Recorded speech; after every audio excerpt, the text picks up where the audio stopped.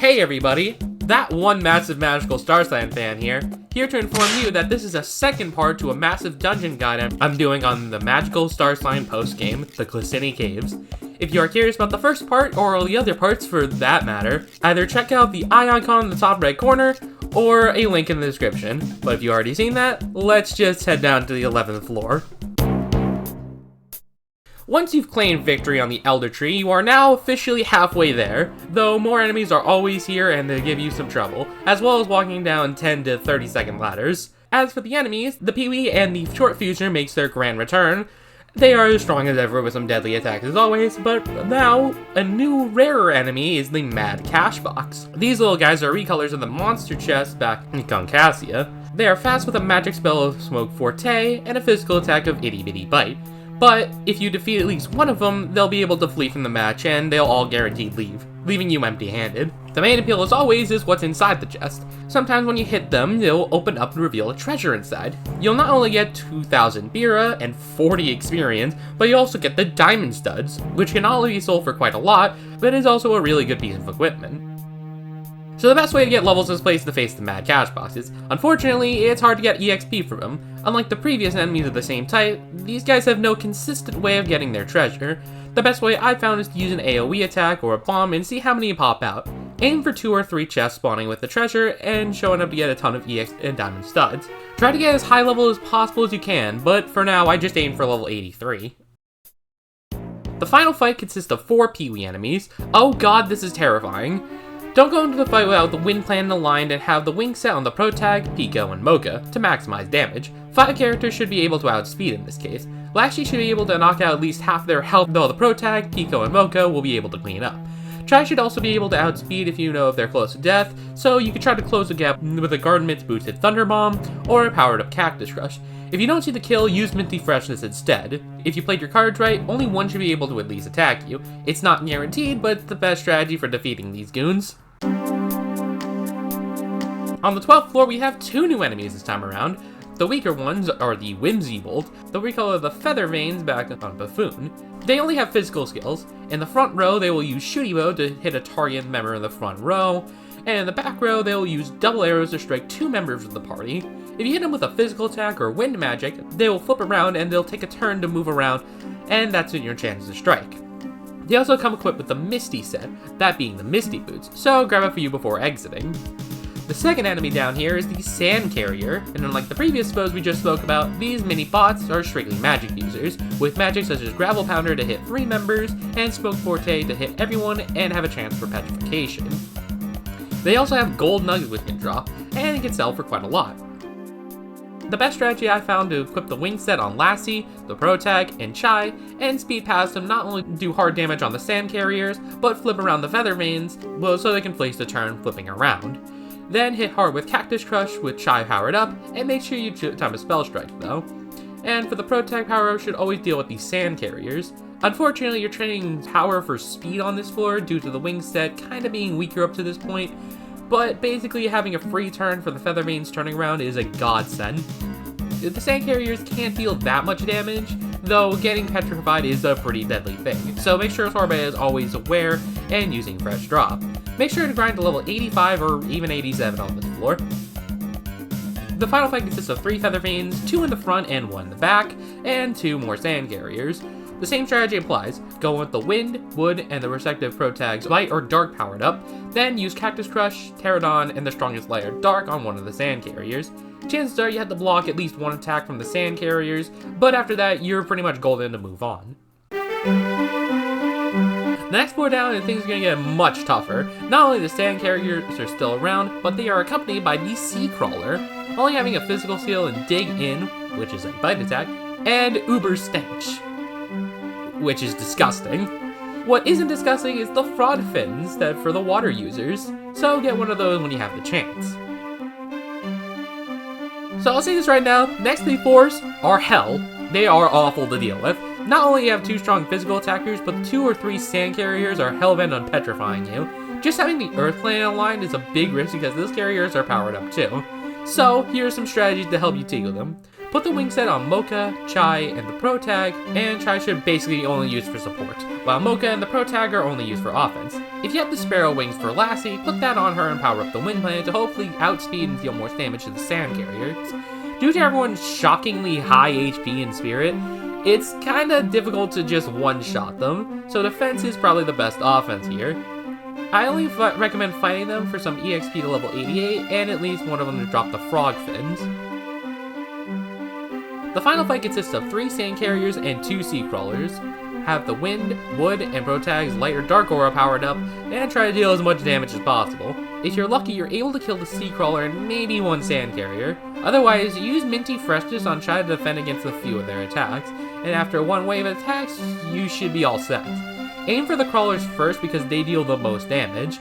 This fight is probably the most difficult so far, but it's just gonna get even harder from here on out.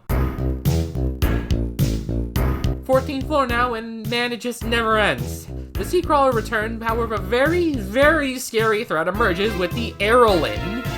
I know she doesn't look imposing, but hear me out, okay? They may seem really weak, and well, they aren't. Look at these stats. They are not weak, possessing strong magic such as Arc Light to blind everyone and nearly one-shot everyone. But the main nuisance is the fact that they are healers, using Love Shower to heal any potential wounds that the foes have obtained. Which is bad because you are running low on MP. And if that wasn't even bad enough, they also pack Celestial Swap. And if they have the chance to do Celestial Swap to screw you over with the planets, yes, they will do that. They are haters. They do have the Thinky Cloak though, which is surprisingly very useful to grab for the party members. The best strategy I found was targeting the Aerolins first, which can be extremely difficult because some of them have the best stats of any enemy so far. Put the wing set on Pico, Protag, and Mocha to deal the most amount of damage to a single target. The Dark Mage has a better edge against the Aerolins due to the type effectiveness, capable of one-shotting with Zero Joker and later Dazzle Darts powered up. Just target the little light bastards first so you don't have to deal with the strong Arc Light, again, which is guaranteed to one-shot you. And honestly, the best way of just dealing them is just kinda hitting them hard. These gals are haters, and you'll immediately pop Celestial Swap if the planet is aligned. Just try aligning the Wind Planet just in case Lassie might be able to outspeed, but honestly, it's not really likely. They are fast. Just keep that in mind and grind to level 89. The final fight on the floor consists of 1 Aerolin and 2 Sea Crawlers. Target the Aerolin first with a powered up Pico, and then use the Sea Crawlers with a power up Protag and Mocha. Target one of them, so it'll be a 1v6. Unless the Crawler gets 6 crits in a row, you should be golden. Finally, we made it to floor 15, and yet again we are presented with another shop.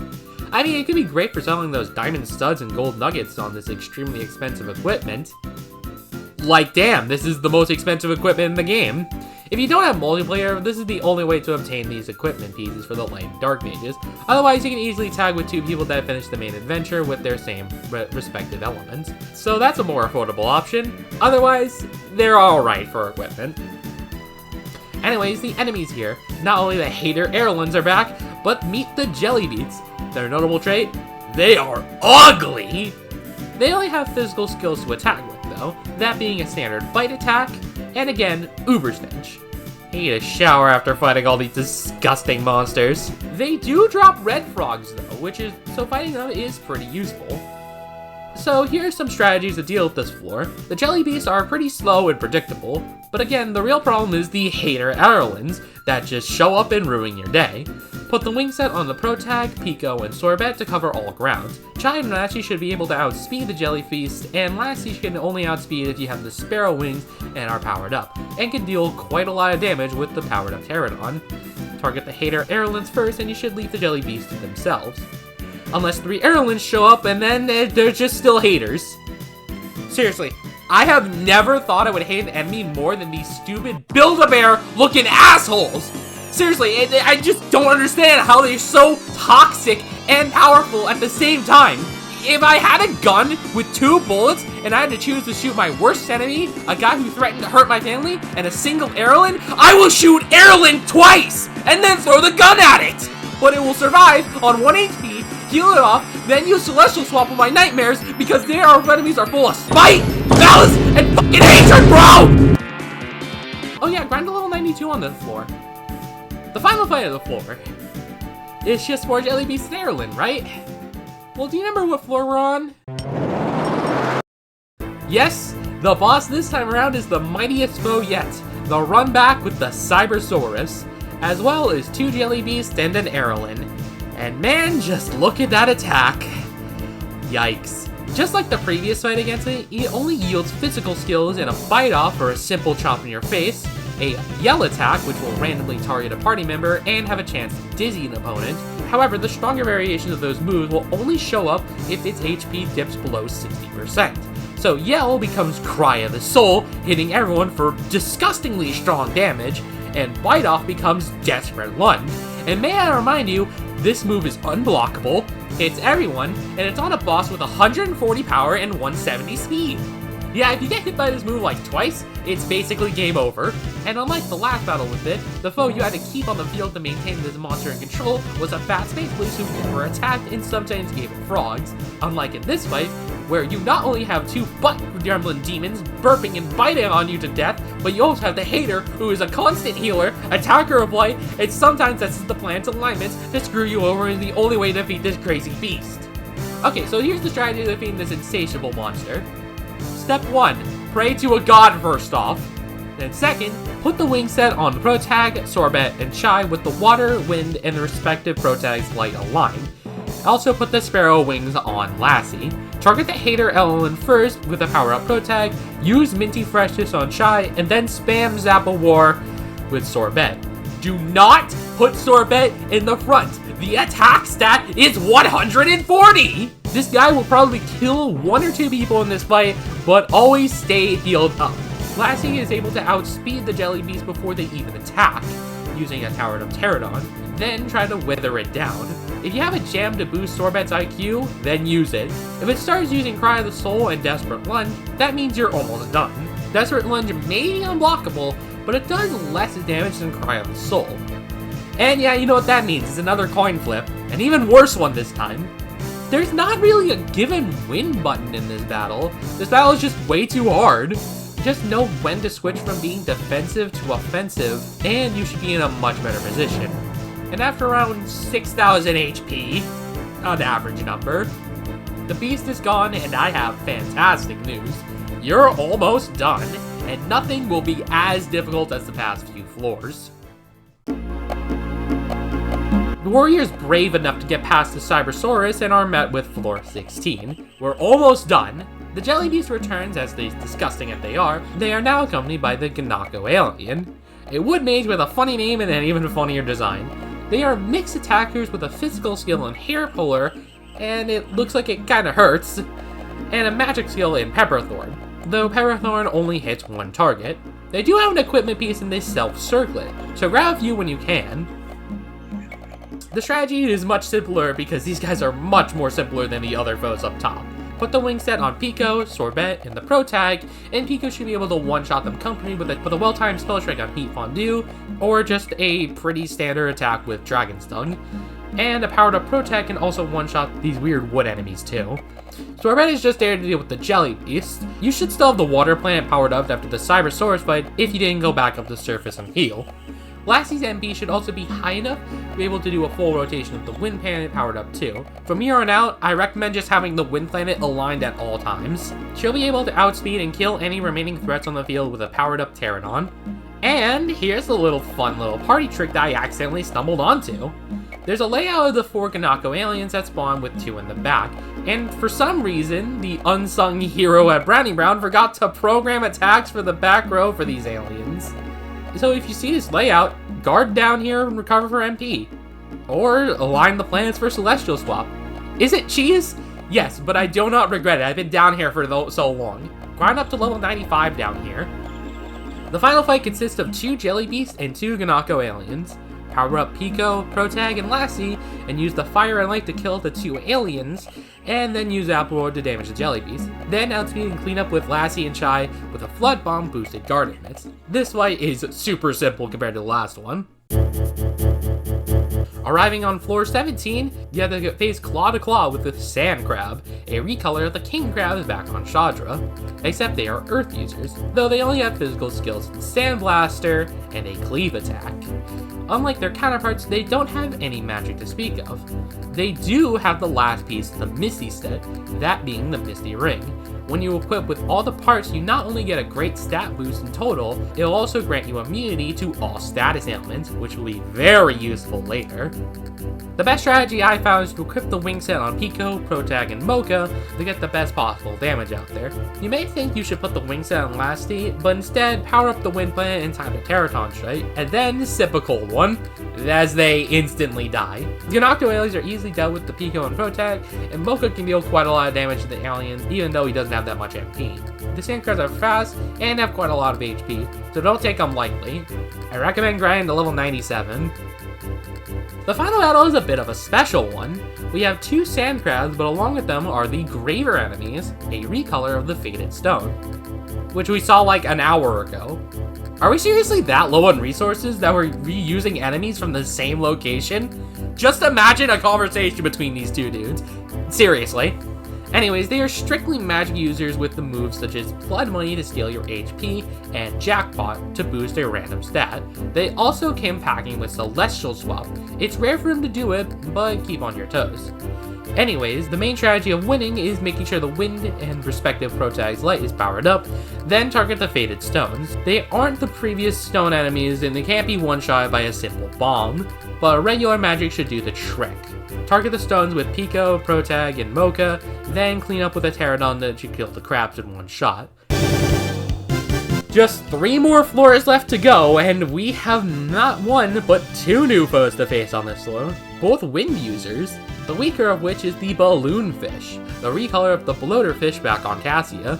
They have physical skills to attack, like a full-on stomp to crush you flat, and as well as magic, like Wind Talon, to hit you as hard as heck. They also come equipped with Celestial Swap, and honestly they like to power up the Wind Planet more than anything else, so you'll rarely get to see that happening if you power up the Wind Planet.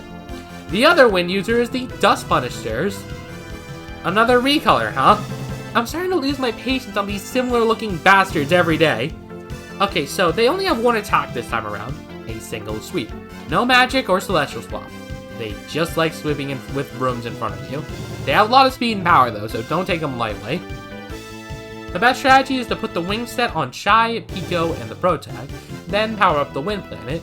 Again, I know it may seem weird, but Lassie will always outspeed the Balloon Fish at level 95, so they can kill them combined with a powered up Cactus Crush with Chai, and Pico and the Protag should just target the Dust Punishers. They are fast and deal quite a lot of damage with a singular attack, but mostly, if you take out one of them, both of them won't be able to kill you.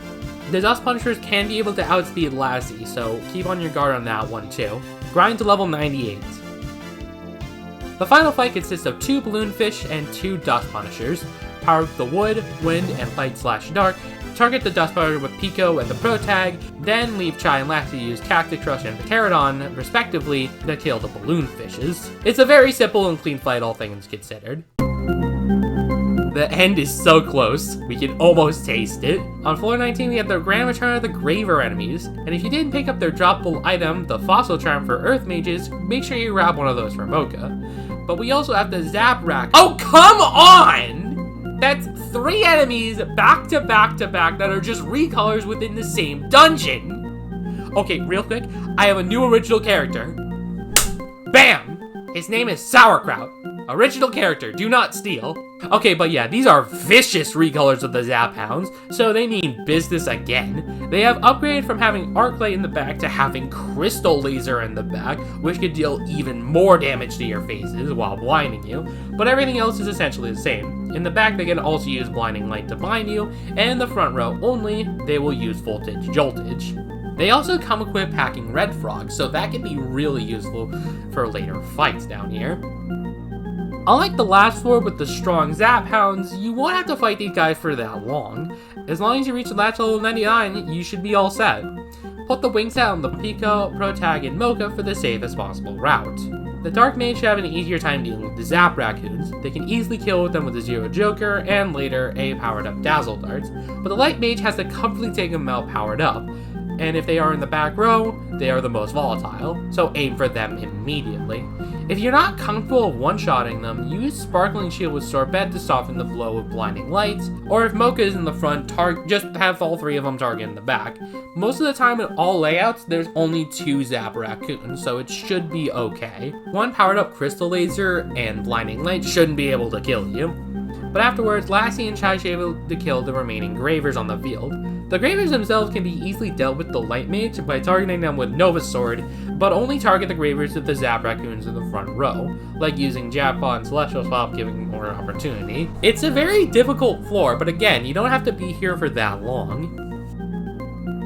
The final fight consists of 2 Graver enemies in the front and 2 Zap Raccoons in the back. Go with the Wind, Fire, and Light/Dark powered up, and target those shocky bastards in the back to avoid certain death with your strongest magic. If all is played right, they should be going down with no problem. At last, we made it to the final floor. This is it. Just one more boss before we claim victory of this accursed dungeon. Wandering around here, you'll find 2 of the strongest standard enemies in the game, the first of which is the Armangel, a dark user similar to the Galcium back on Raisin. These guys are mixed user with moves such as cut to slice and dice right through you, but they also have magic to back them up, like having blood money for some additional healing, and Celestial Swap to mess with the plants to screw you over yet again. And finally, we have the Belber enemies. These light users are strictly in the back row and can fire deadly attacks such as a Clarion Call and Notes of Doom, doing very similar damage and lowering your stats. Defeat these guys. The reason for that is they'll give you the Belber Husk, which can be used to make the Belber Ball for the Brawly Ball, which if you use it, it will boost your IQ every time you successfully land the move. So here's some strategies. The good news is that you only need one thing from these guys, and that's the Husk. But if you want to deal with them properly, put the Wings out on the Pro Tag, Pico and Sorbet to max break pressure and deal quite a lot of damage. Take out the Armangel first. They are quite fast and deal some heavy damage. After that, they should be taken care of. Use the Slippy Oil and combine with the Lucky Clover on Shy to increase your chances of getting that Husk. On one final note, since you're at the max level, you don't have to worry about getting experience anymore. So if you need to save some Wakey Tails, leave a dead man on the ground. But other than that, you don't have to fight him that long. So, the final floor has the strongest enemies so far, right? These guys are menaces. So what could this one possibly be? Could it be as luck dependent as Securitron 3? Or as predictable as the Elder Tree? Or don't tell me as strong as the Cybersaurus? Well, I'll let you decide. Yes! Chandra is reborn and has a recolor! Dread it? Run from it? Where does it bring you? Back to recolors. Yes, this is Umbra, the strongest boss in the post-game in terms of levels. Just like Kale before, this boss depends on which element you are started off with. So if you're light, Umbra is dark, and vice versa. Umbra will also not be able to change elements this time. It will strictly remain as dark or light. But that doesn't mean that it doesn't have tons of magic to strike you down. Every element ranging from fire with Heat Fondue, wood with Briar Patch, wind with Falcon Dive, earth with Gravel Pounder, water with Absolute Zero, and it will also have light and dark, with light having Crystal Laser and Prism Barrier for defense, and it will also have Blood Money and Dazzle Darts with dark coverage. And if that wasn't crazy on its own, Umbra also has a Scale skill, which will not only damage you a lot, but will also lower your MP, which is pretty deadly for a fight like this. Combine all of that insane magic with a grand total of 130 IQ, 200 speed, and 75,000 HP, this one's gonna be tough. So the main strategy for dealing with this foe is actually very simple. Put the wing set on Chai, Sorbet in the Pro Tag, and power up any planet you set your mind to. This will bait Umbra into shifting a planet into an orbital end attack, so that will net you potentially a free turner setup. Put the Misty set on Mocha and Pico, as well as the Sparrow Wings on Lassie to outspeed. Also teach Pico Brawly Ball with that Belber Husk that you got on this floor to power up your IQ. But defense is also the main strat. Sorbet should always prioritize Sparkling Shield, and Chai should start off with Minty Freshness.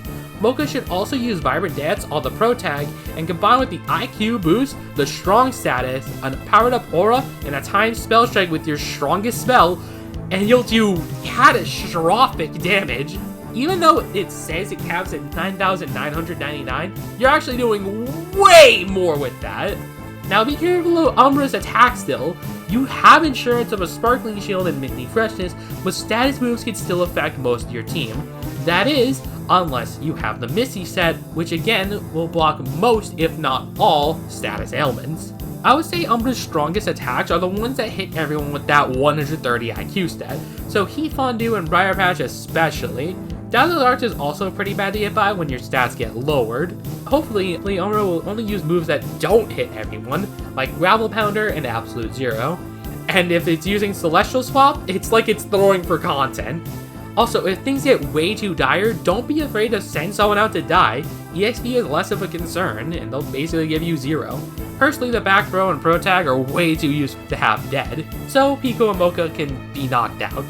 You see, Mocha is an old robot, and Pico took an embarrassing photo of Chai in the fields, so he deserves all the pain after he felt in that attack. Regardless, use all the info you've learned and all the skills I've taught you in the past few years, and if the stars align, you may get what you wished for.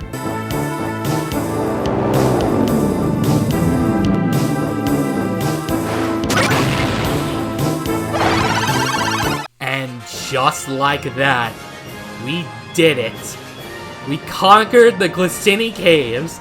After a long and tedious grind, we won. And you see it. The treasure chest that awaits you. The most difficult chest to obtain in Magicalstarsign. Not everyone is patient enough to go through this tedious task. Some people like to shrug it off till later, and others don't even try at all.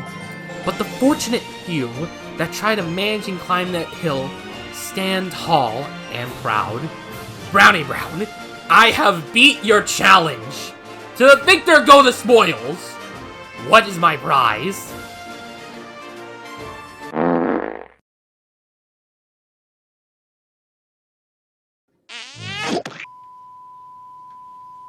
That's it? That's the lost treasure? That's just a cheap pile of slime! What a rip! Starsign Betrayed us! So, you mean to tell me, after all of that, nearly 30 plus enemies, 4 difficult and time-consuming bosses, going down staircases for hours, and even more hours for both in light and dark footage, for a putty pea in a chest? If you may be wondering, after all those putty peas I've collected, what are they used for? No, seriously, what are they used for? Well, I'll be happy to tell you. Okay, so you need to go over and fly in a raisin, head all the way through the Shish Kebab Cavern, go all the way through the very end. Trust me, you're gonna encounter a lot of enemies on this point.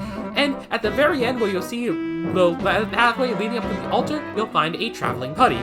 And once you have 29 putty peas from all the locations they showed you, yes, 29, you have to, they didn't bother making it 30. And once you individually give every putty pea to this one, yes, individually, you have to painstakingly take the time. Seriously, it took me like 5 minutes to beat the Umbra fight, but it took me 15 minutes to get this footage. And bam, you'll make new friends with all the putties that show up, and they'll teach you about the secrets of the universe with a song. And no, before you ask, I will not sing it! I'm okay now. I'm okay. The reward is very disappointing. However, as they always say, it's not about the destination, it's about the journey. Well, I hated the journey, so what is the like about this? Well, we got to the max level from 99, that's pretty cool. We got some really swell equipment pieces for the light and dark, and the Misty set, as well as developer husks. We cheesed a lot of floors with our bottomless supply of bombs, that's always nice. And any time I get to spend with you guys is always good in my books. But we are not done here. We still have one more thing to cover in this tutorial series. Next time, we are going to be looking at the many boss figurines from the Master Macadamias. So, I'll see you next time.